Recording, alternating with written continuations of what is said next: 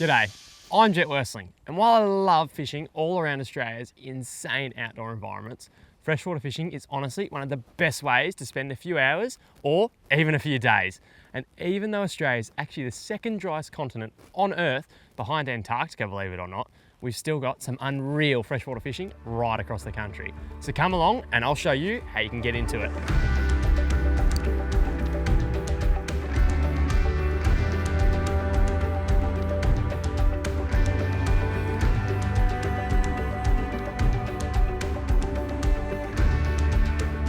Because Australia is such a massive country with such diverse environments, from billabongs up in the north to cold mountain streams down in the south, freshwater fishing can look completely different depending on where you are. Like I said, down south and up in the cooler mountain areas, you can target a bunch of trout species like rainbows, brooks, browns, and even tiger trout that have been introduced here since the late 1800s. And they've done pretty well for themselves ever since. Trout are seriously cool fish. They fight hard, taste great, and they'll teach you heaps about reading water and understanding fish behaviour. Skills that are going to help no matter what sort of fishing you're into. They can also be super spooky. If they see you or hear you coming, there's a chance they're going to be gone instantly. So being sneaky and quiet can make a massive difference in actually catching these fish. For trout, you can throw all sorts of small lures like spinners, spoons, or use natural baits like worms, little shrimp, little yabbies, and even insects like dragonfly larvae, which most anglers call mud eyes. And of course, there's fly fishing. Fly fishing was originally created hundreds of years ago to target trout. And honestly, it's one of the coolest ways to catch them. It's a whole world on its own and something you could spend your entire life learning. It's also something we might dive into in a future series. But trout are only a small part of Australia's freshwater fishing scene.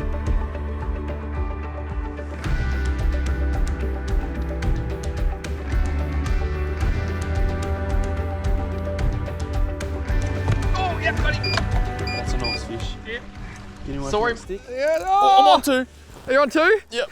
It's a jumper. I'm on two. I saw this one eat, eh? Yeah, mate. I'll hold the boat. I'll hold the boat. My fish is beached. And that, even though I'm tripping over, is a beautiful brown trout. Do you need a net? I'm good, mate. I've beached him. You have a rainbow or brown? I've got a rainbow over here. If I can get it in the net. You can get in the net. that is what you call magic. Now, there's my beautiful brown trout.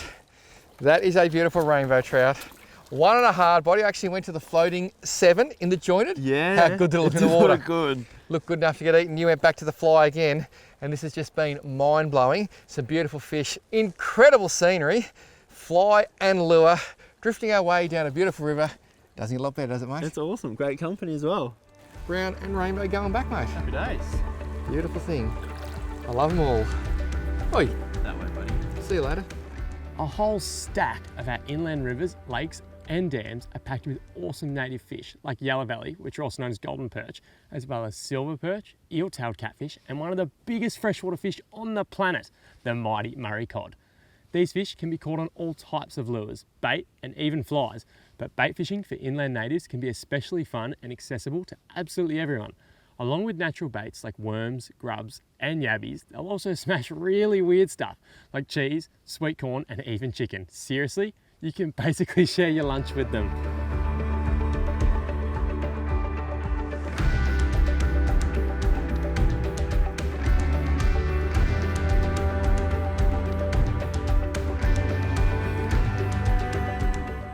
Two other species you'll almost definitely come across inland are carp and redfin perch. Like trout, they were introduced to Australia by early European settlers. But unlike trout, they're not exactly fan favourites. Redfin, and especially carp, can do a whole heap of damage to native fish populations. So anglers are actually encouraged to keep them rather than release them. And in some places, it's actually illegal to put them back in the water. That said, they're still super fun to catch. And redfin in particular are actually really good eating, so they definitely won't go to waste.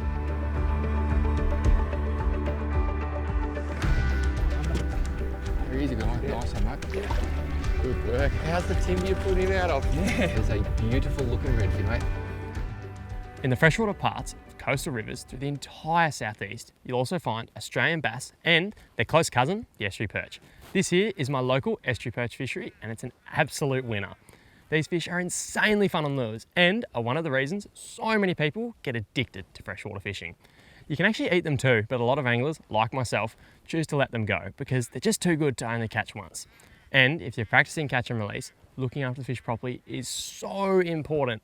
Simple things like supporting their entire body weight, keeping them off hot, dry surfaces, and keeping them wet or in the water as much as possible all help give the fish the best chance of survival after release. That's how we make sure these fish are around for the future, so you can hopefully catch them again one day when they're even bigger.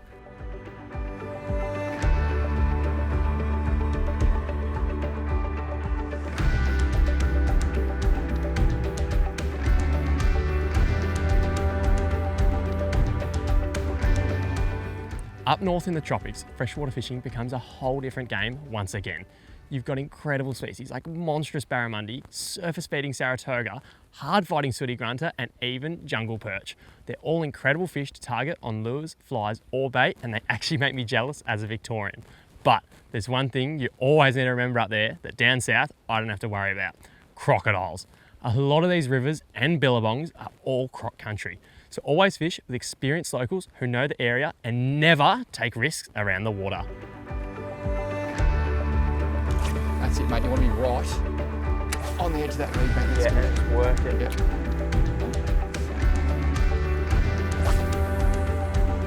Oh, yeah! Set the hook, set the hook. Yep. Yep, that's it. And get the rod down in case he jumps. That's it. Keep it down. Keep it down. Well done. That's a cracker, mate. That's a cracker. This is a big barramundi. How's the line? It's getting peeled. How's the movement? Okay, mate, just come in here, take your time. You've set that hook really well. Yeah, I think she's set. How's the drag? Oh my God. Do you reckon they fight? Yes. You're doing a good job, eh? Oh, I'm still amazed at how much drag he peeled. Look at that. If he jumps, drop that rod. Yep, drop that rod. And just keep it nice Yep. and tight. And as he gets closer, just take your time, eh? Free spool if you have to. No, keep I'm the good, rod I'm on the- good, yep, I'm good. Keep him down. This is how you angle a fish. Jet's using the length of the rod to keep away from the hull. Yeah, just keep coming around. That And should when be he good. can, he'll just slowly pull up. And see that? No panic. Well done, mate. I got leader. That is good, eh? He's going Keep to it in the water. Keep your Oh, technique look where he's just hooked. in. just take our time here, mate. No rush. Just try and get him up. You're doing a great job. Okay, here he comes, here he comes. Yeah, boy. Rip hard. Oh, wow.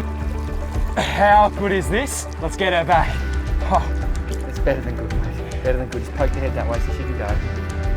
You need to hold the tail so she kicks. Oh, yeah, Oh, she's kicking, wow. she's kicking. That's good. Yep, give her a little push. She's nice and gentle. Away she goes. off she goes. Oh. Isn't that one of the most beautiful things you will ever see? One of the best things about freshwater fishing is that you usually don't need completely different gear to get into it. The same lighter setups that you use for brim and whiting are perfect for trout, bass and perch, while your heavier snapper or flathead gear can easily handle Murray cod and barramundi.